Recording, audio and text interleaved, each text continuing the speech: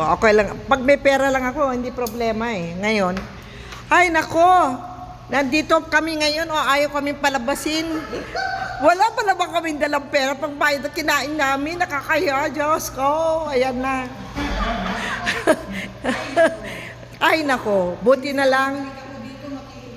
Buti na lang, anak, naisip ko yung mga anak ko. Dr. Kat Dadural. Mag-thank you kay Dr. Kat. Siya ang nagsaklolo sa atin. Pa sa Lunes. Sabi mo sa Lunes. Sa Lunes, mag-ano si Kwan, ha? Si Treasurer. Hindi. Ayan. Ano masasabi mo? Ikaw? Ha? Ikaw? Biro mo, kinulong na kami, oh. Hindi kami makaalis. Okay, dito pa kami. Hindi kami makaalis kasi wala kaming pambayad.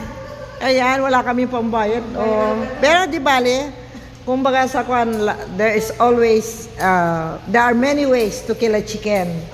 And there is always a solution to any problem. That's good idea. Okay? Ayan. Nag-advance lang kami ng 7. O, yun lang ang nakolekt ako. Ayan. Ayan sila, o. Tinatawanan kami. Pero marami pera na nga kami. Marami kami pera. Anong pangalan daw? Pa-screenshot na lang yung pangalan. Hindi, anong pangalan nung ano? Pa-screenshot na lang yung pangalan na dun po sa para pangalan. Ayan, sabihin mo.